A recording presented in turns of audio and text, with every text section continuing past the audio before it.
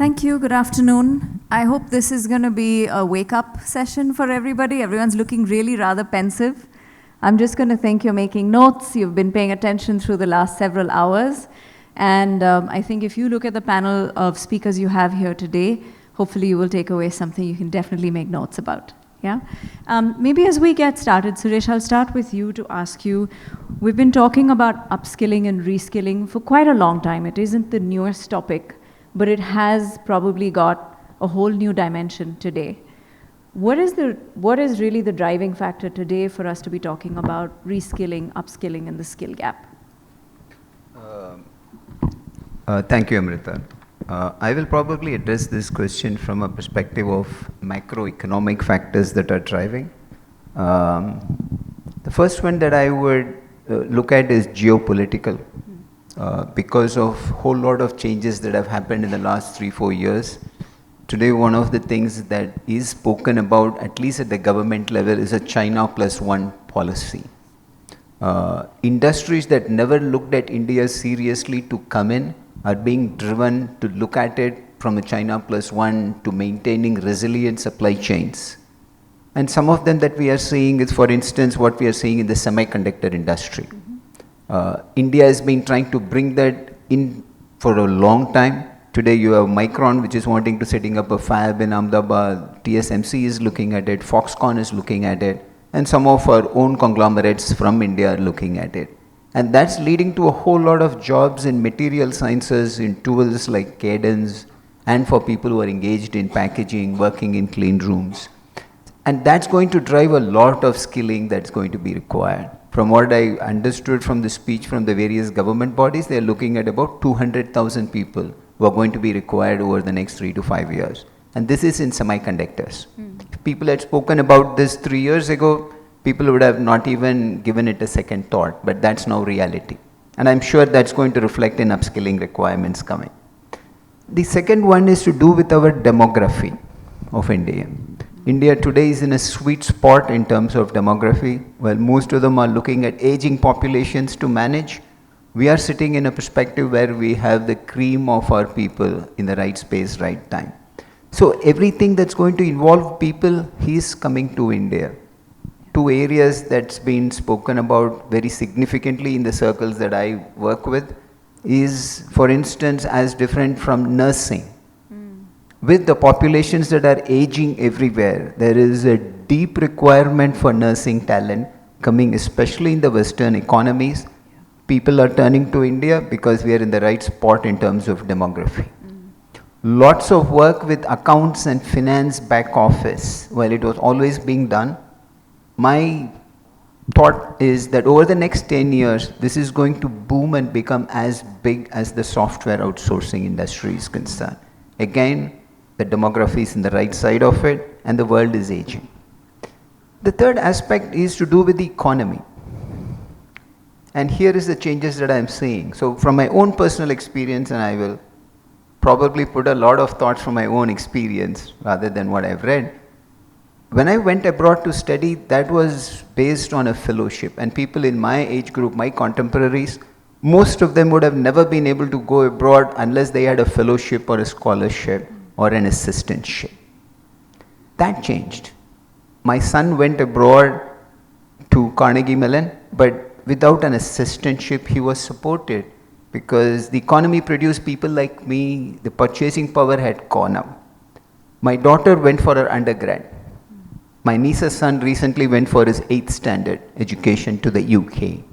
And that is all coming because of the economy of India having grown. Some of them which we never contemplated are here and now. And a lot of that is creating change. So today there is a lot more look forward to an international school and curriculum, which again is becoming possible because of the economy. Price points have significantly gone up. The economy is allowing people to look at these options. And a lot of these factors are driving upskilling requirements ground up. But my perspective was look at some of these macroeconomic factors, geopolitical, demography, economy. That's going to drive, and that sort of reading this will give us an idea of being able to look ahead, significantly ahead in terms of what is coming. And if a lot of the upskilling is done with that in mindset, we'll probably be in the right time, right place. Thank you, Suresh. I think it's so important to have the broader macroeconomic perspective when we think about skills. Otherwise, the idea of immediacy automatically overtakes the way organizations look at skills, skilling, and reskilling. Yeah? Thanks. Suresh, how do you see it in your organization and your experience? Yeah. Firstly, good afternoon. Suresh gave you the macro view. I'll probably bring in the micro view. From the point of view, I think two important events when we came out of COVID, right? We came out of COVID was real catalyst. Think of a business that we are in, like Verizon, and we launched the entire 5G experience, Blue Water 5G experience entirely during COVID. And all of a sudden, we found all our stores closed, where 80% of our sale had to come from the store. We had to change the way that we work. We had to do all of that we were doing, but on the digital platform. So what this really meant also was we had to quickly upskill and reskill. The skills that were relevant today, that relevant a few months back, were no more relevant. We had to do a paradigm shift in terms of skilling and upskilling. So that's one key aspect that I would say. I think a fundamental aspect that Suresh touched upon was also like the fundamental evolution of us as a global in-house center. I think a few years back, the expectation was we are just a delivery center. And then the GIC is expected to be a partner. Now we are a strategic partner where we have to run the business, the insights, the strategy, all of coming from India for the entire of the globe. So that's the ask. Having said that, this would also mean that our existing workforce needed to have those capabilities and skills. So a lot of emphasis on upskilling, reskilling, along with the whole of it. When I say skills, I just don't mean the technology skills as well. There's a lot of people skills as well, and we'll talk about it. Great. Thank you. Amit? Sure. Thank you so much, Amrita, for the question. First of all, thank you, nasscom, for the opportunity to be here.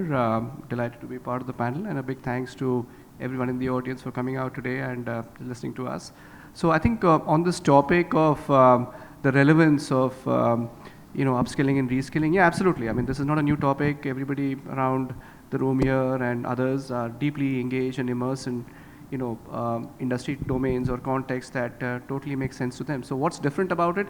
I think in addition to the broad picture that Suresh spoke about, the tectonic shifts that are happening post-COVID, where it's quite evident that recovery has not been as sustainable as was predicted initially. And what that has done is put more pressure on organizations. Inflation in the US, UK continues to be very high, right? So there isn't an option before organizations, no matter how big or small you are, but to manage costs more effectively, to be more innovative in delivering those same services that you were previously delivering to your customers or clients, whoever they might have been, in a very different, context.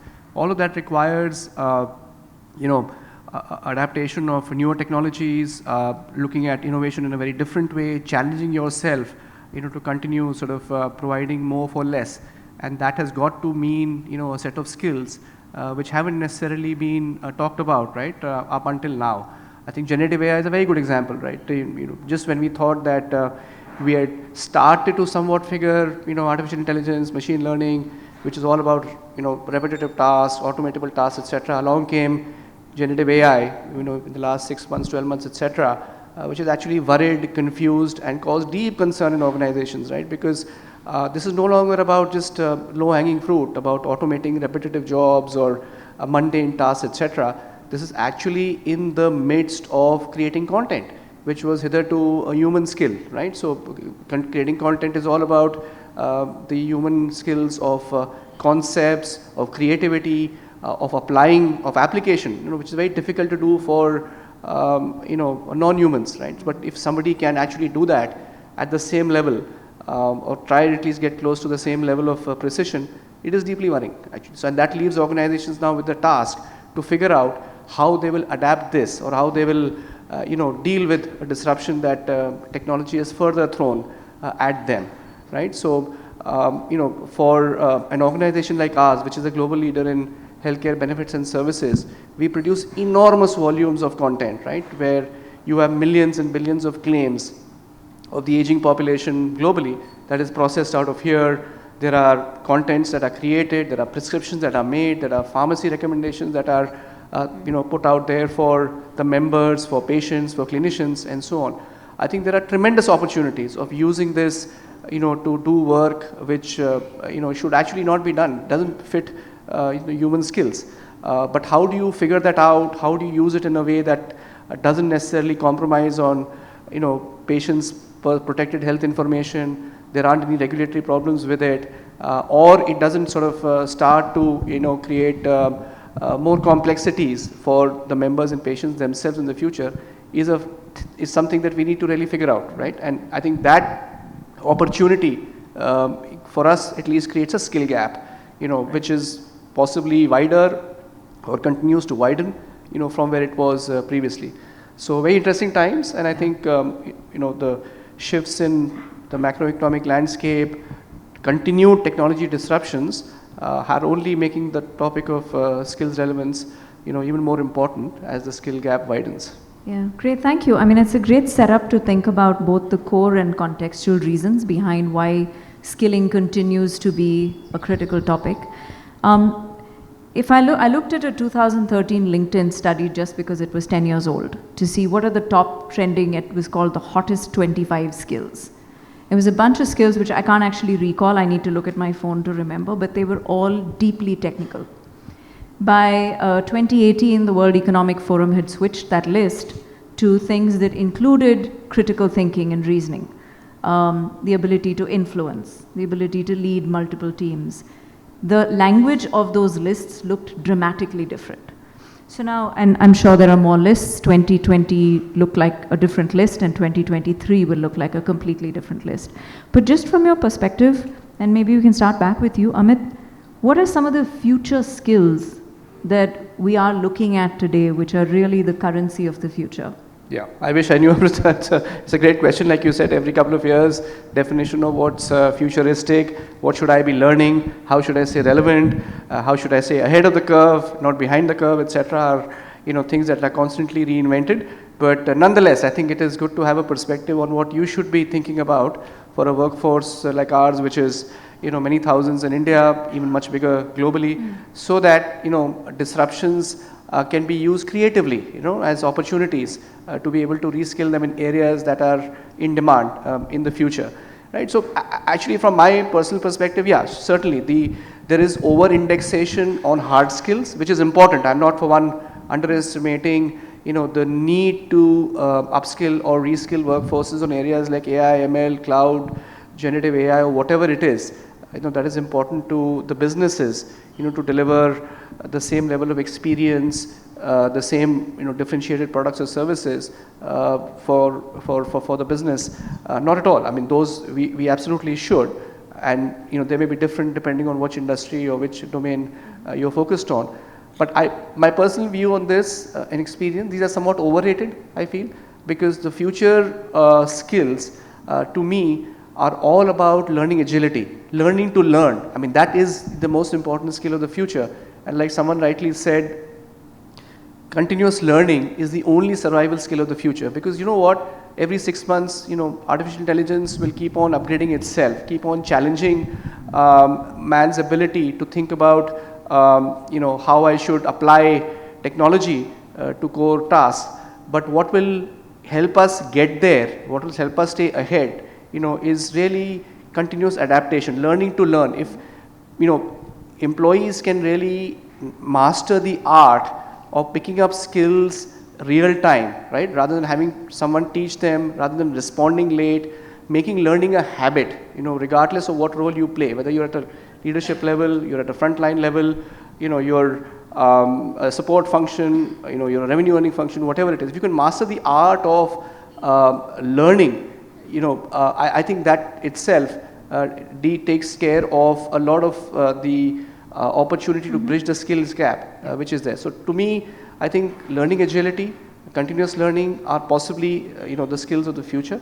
And without underestimating, skills of compassion, empathy, which at least in the healthcare industry are vitally important, for providing service to people who really need it, right? You're talking about people in their 70s, 80s, elderlies, I think, who are alone, staying in isolated upcountry locations, who don't have anybody to reach out to, right, with medical histories over there. We have a very important offering that we call house calls, right, which is all about actually making visits to people with medical histories. Right. How do you do that? The entire electronic health record of the individual actually is made available on systems, through data interoperability. So if you visited, a provider at some point in time, a medical provider at some point in time, like a clinic or a hospital or a nursing center, they would actually transfer that data into a system from where over a period of time, your entire medical history would be accessible to a house call provider, right? Now, using your medical history, you would be able to make a call at the right time, which is preventative. And there are enough and more examples where these house calls have actually saved lives of people, because who were living in isolation, they were living alone. And had the house caller not visited them in time, the outcome would have been very, very different, because people are about to get heart attacks or strokes, and they would not have possibly lasted those. So I think just that care and compassion that those house callers demonstrated, really made such a difference to the quality of human life itself. Great, thank you. I'm going to skip over and go to you, Suresh. What do you think are, and what do you call out as the future skills, things that we probably don't pay as much attention to and we should probably stand up and think about a little more?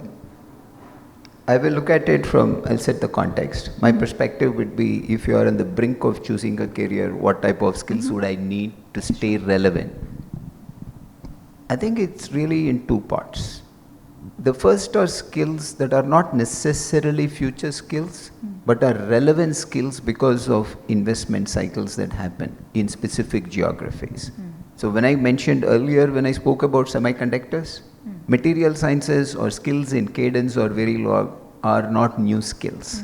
But in a country like India, where the investment cycle has switched to look at that sector, those are skills that are going to be hot skills for the next 8-10 years. They are not necessarily new skills, but skills that are relevant when you look into the future if you want to stay relevant in the job market. Very similar is the case driven by the infrastructure investment cycle, where we are now seeing a whole lot of jobs in civil, mechanical, electrical. Now people are saying it will compete with the type of demand one is seeing even in software. The other set of skills that are driven because of disruption and innovation. So for me, something like a generative AI is really something like that. That's a real googly in the mix, because it's sort of allowing people to fundamentally question what they thought were skills they had, whether in terms of programming, in terms of writing, and this is a tool that can actually do it. But one needs to just hark back to the time, we spoke about it briefly before, is the time when calculators came, and during my IIT days, it was banned being allowed into the rooms. You had to do it with lock tables or from your memory.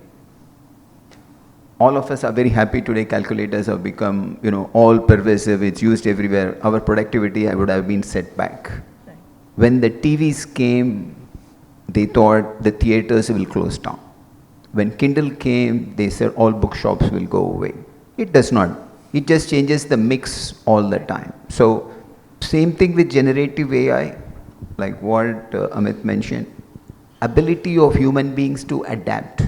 We have sort of taken it for granted. It's today not a science or a skill that's being taught, right? But people talk about saying you need to adapt to it, you need to do design thinking. At least in design thinking, there are courses that are now coming. But in terms of adaptive learning, because that's the only thing people have done very well. We have adapted at every point in time. Today we go around calculators, we know how to do it.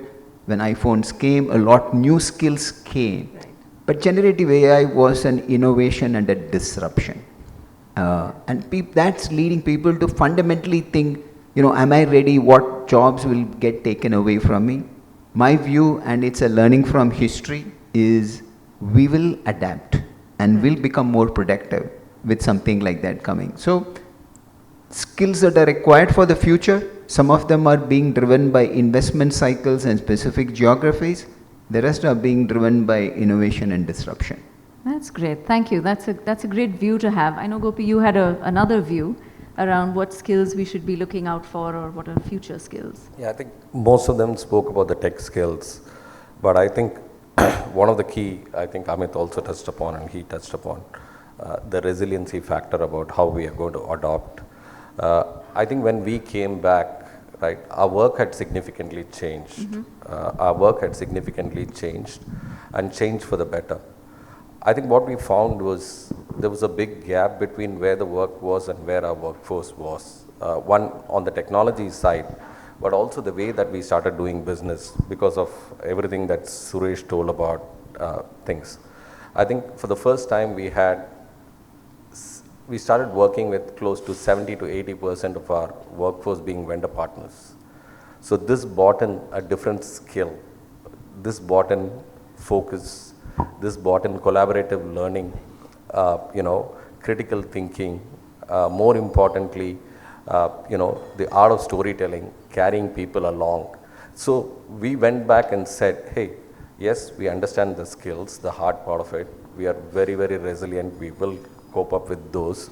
But then we went back and said, these are the skills, these are the levels that we would need these skills for all our employees across the organization. We sat down with some premier institutions in India, charted out a course where we took all the 8,000 employees through this, because we thought it's really important for us to understand the skills. Like all of us have said, we are very resilient. We have done that in the past. If you revisit, it was the Y2K, it was the mainframe, then came the Java era, and then came so many software as a service, as a platforms, and we have picked that up, delivered. I think what has not changed is the fundamental way that we have started to work.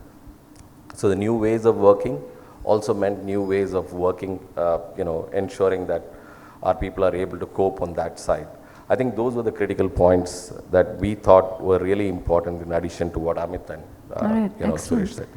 Thank you. And so between the three of you, you've talked about a couple of things, which is around, the context of the skills, like you shared, Suresh, as well as how you're thinking about it from your relevant industries and what is the kind of capability we need to look at. You spoke of some very soft capabilities, like kindness and empathy.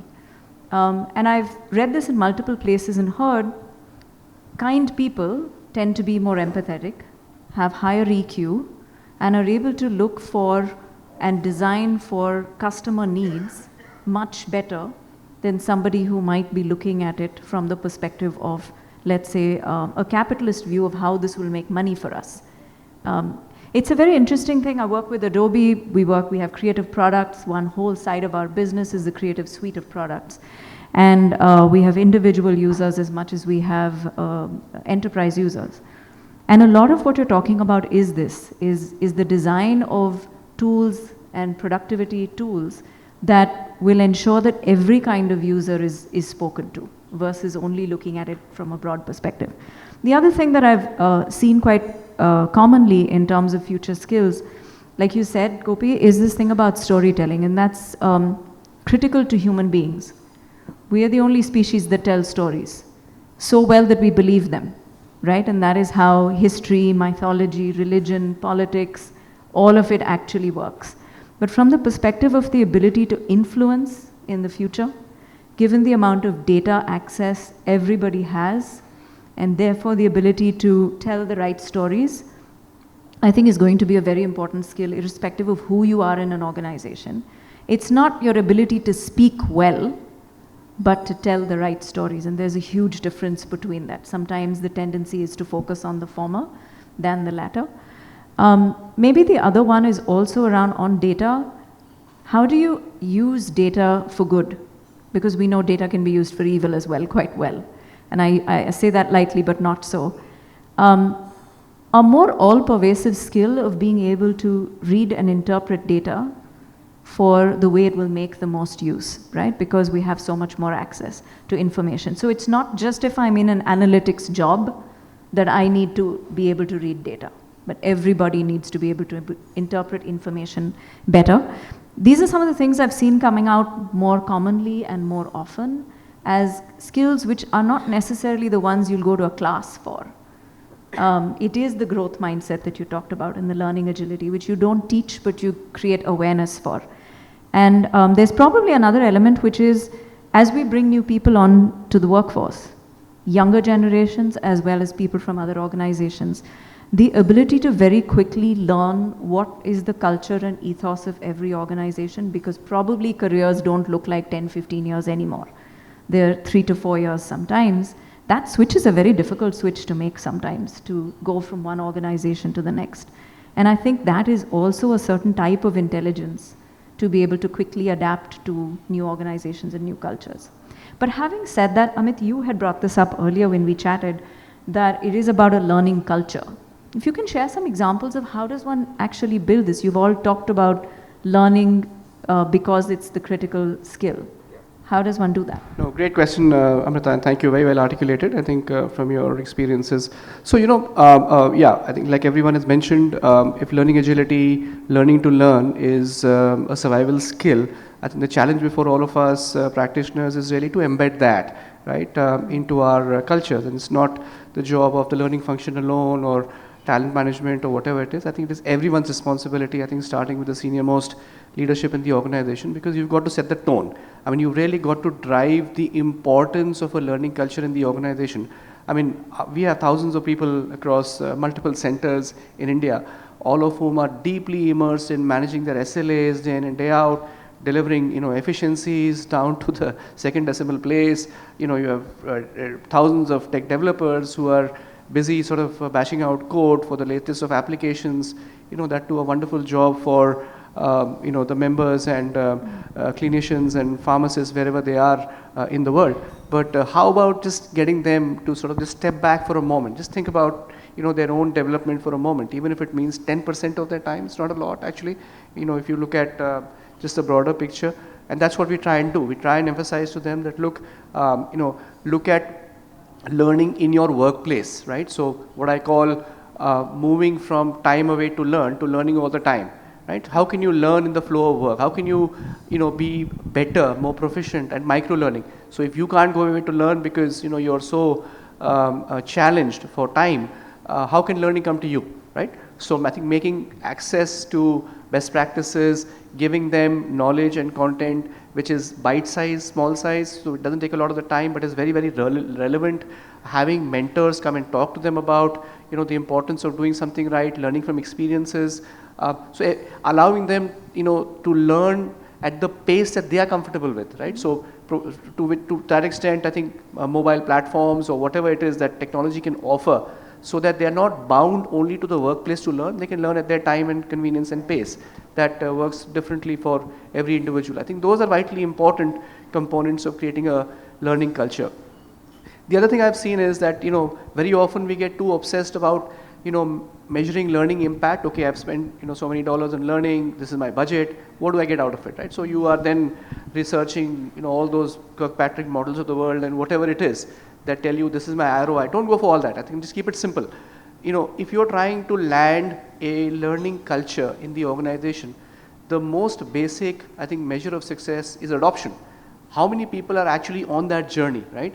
How much time have they actually spent learning courses or content or consuming stuff that is relevant to their roles? Just start from there. Because if you get people energized, excited about the possibilities of reskilling and upskilling, as their roles would expect, you will get more people. You will get the outcomes you're looking for. And it's only a matter of time before, job proficiency, skills upgrade, etc., all happen, which are really your important business metrics. But my request is to make a beginning by just looking at adoption. We just go back to the fundamentals, right? How many people are on that? Is it the same bunch of people who are, consuming learning again and again? Or is it, broadly embedded into the workforce? Because if it is not, I think then we have much more sort of work to do over there.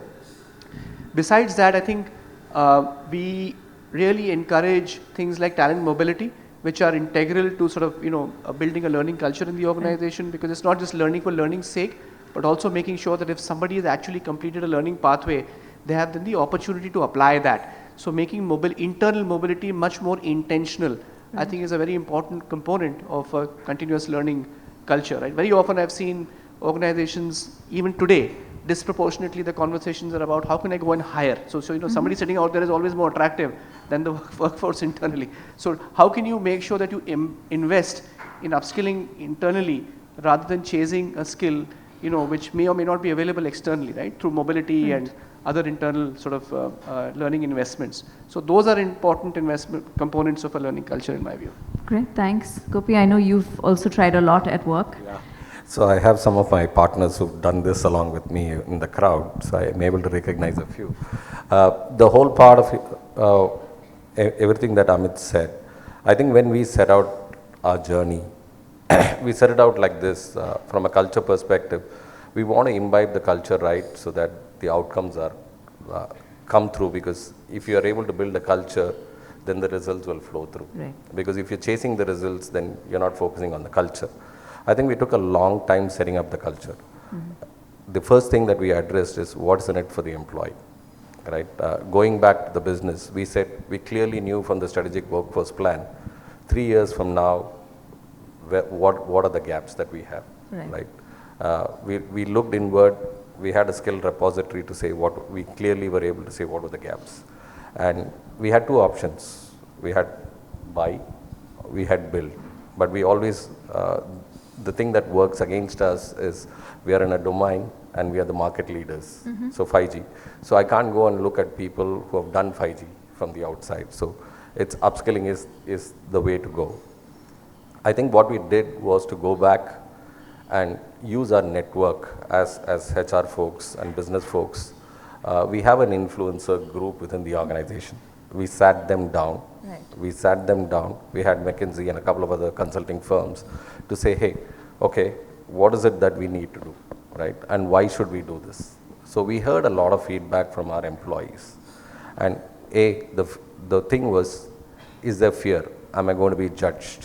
What happens if I'm not going to get there, right? So those were a few apprehensions we had to, like Amit said, from top down, talk about it and start to live it.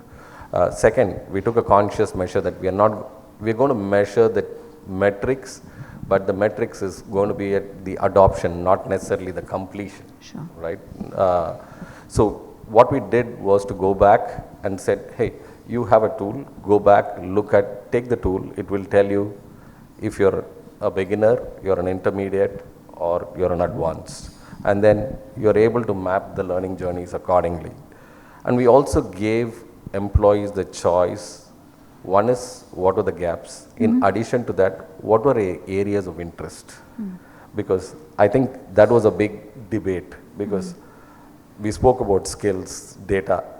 Most of my workforce wanted to do data, but I don't have that many data jobs, right? We had to bridge the expectation, the employee expectations versus the organization expectation. I think we were able to do that fairly well. We kept revisiting this with our employees, seeking feedback, seeking time. I think we got there at it. I would still say we are not at 100% adoption. We are closer to the 75% adoption, but we have started to transform. I think the biggest point is also from a leadership perspective. I think the big puzzle that we had to unlock was people had their day jobs. They were delivering at breakneck speeds because of the business that we were in, and at the same time we are expecting people to upskill and reskill. So I think what we did was to say, hey, here is where we're going to set up any day in the week, and we chose a Friday, and we said 4 hours of Friday is a focus hour, right? Now you choose those 4 hours and you want to upskill by doing a learning journey, that's perfectly fine. But it will be a no meeting hour, no, you want to have a coffee, you want to take your mentor out, you want to take a SME out, learn a new skill, go ahead and do that. But I think what really happened is that propelled the culture a lot more, because the organization was not just billing you for 4 hours, but giving you half a day to say, yes, you go and invest in yourself. That linked back to our objective to say we wanted to be a destination for tech talent, and we were walking the talk. I think those are a few gaps. Great examples. Thank you. Thanks for walking the talk and sharing an example of how it actually works. Suresh, if you can close us out on this conversation from where you are and your perspective, what does learning look like today? Has it changed? Is this culture of learning kind of emerging? Or is there a way to think of it, maybe in addition to what they've said, any differently? I'll come from a perspective of a learning organization. We actually train a whole lot of people in this current avatar. Couple of clear directions that we are seeing. The first is days are going off, still some of the organizations do, which is typically called a freshers training that is done. Today there is a lot of push to ensure that the organizations that are involved in learning provides talent who have already gone through that cycle. So there is a lot of integration that's happening between a formal education to being industry or professionally relevant. Right. And they are getting combined. We ourselves have launched many programs which gives you academic qualification along with industry orientation at the same time. I think the second one is where it has to also be involved with use cases and experience that are relevant to the industry. Yeah. Again, a whole lot of emphasis on internships that are coming so that when they take people into an organization, they are relevant and being able to be productive from day one. So distinct efforts are happening, all connected to academic qualification and industry relevance. You also just shared, we were talking about the fact that we acknowledge on one hand there are skill gaps. There will always be because there's so much rapid change in the world around us and technology. And whether the school systems are able to actually cope with that as fast as technology changes outside. And you were sharing some thoughts earlier. It'll be good to share with this audience as well. I think the first is on the emerging framework of an NEP. Yeah. That has liberated, at least from an Indian education system at the school and definitely at the college level when it gets implemented, an ability to choose very many different programs that people can do. That's driving a lot of change. That is also leading to people being able to adapt to what they're seeing as emerging opportunities with many options that are being thrown, especially in the schooling system. And that's actually hope for the future, that future generations, maybe about 5 years from now, students that graduate or even later, probably come with a very different kind of learning agility that we today expect our existing workforce to demonstrate, who are probably having a much steeper learning curve and a curve to change and adapt, but the newer generations Let me add a very quick point, especially when you spoke about the schooling system. So one of the things that we've been driving is coming out with programs that starts from first standard onwards, which includes design thinking, an ability to use drones, space technology, solid fuel. We are starting that education from first standard. This is because of a view that when these kids finish their 12th and go into the college system, the world that they will emerge into is going to be so completely different, where drones and artificial intelligence and space tech will be now and commonplace. So I think a lot of these changes are also coming into the schooling system to get our kids ready. But yeah, it's got to be very adaptive. Things are changing a lot faster today than it used to 10 years ago. I couldn't resist this, Amrita, but just talking of the schooling system, my kindergarten teacher, if I remember, used to have a board in the classroom which said learning is fun. I mean, that is vitally important. I mean, if we could do that as kindergarten kids, I don't know why we forget it now. If you make learning fun, I mean, it is bound to find its place into the culture of the organization. So don't forget that, actually, as you think about how can we get people on the learning journey. Make it fun. We're now over time, and I think they've stopped signaling to me because they gave up on me, but I'm going to sneak in one quick example of learning is fun. It's an Adobe example. Someone was talking about how quickly ChatGPT changed and became the most sought-after app between October of last year and March. And I said around the same time, Adobe actually launched its first AI product called Firefly. And this is a soft plug to everybody here. You will find it on the internet. In the last 6 months, we've beta tested and released an entirely new product. It's the fastest cycle you can imagine in an AI creative product. But the reason I tell you this story is that over 30,000 employees were all signed up as part of the beta test. It has been such an incredible journey of providing feedback to the designers. So this is part of the LLM that we're using because we are also training it's a text-to-image generation product. It's brilliant because everybody can be a creator now. But just imagine the power of involving everybody. So we're all learning. We're all less afraid of what AI can do, but more interested in what Gen AI can do for our jobs. And we're improving a product at the same time. So it's a good example of learning is fun. We also got paid for it, just our regular salaries, but we did. And then we get to see how the product gets in the market. So maybe something to think about where learning is within the context of the organization, the skills feel more relevant and real, and the reward is not 10 years from now, because clearly this is the previous, the current, and most likely future generations are not waiting for a long time before they can see rewards for their skills. Yeah, we're going to draw a wrap right now. I know we're out of time, but thank you all very much for sharing your perspective. Clearly a wide variety of perspective in this conversation, and thank you NASSCOM for having us. On that. For more content on tech and leadership, subscribe to NASSCOM YouTube channel and press the bell icon to never miss an update.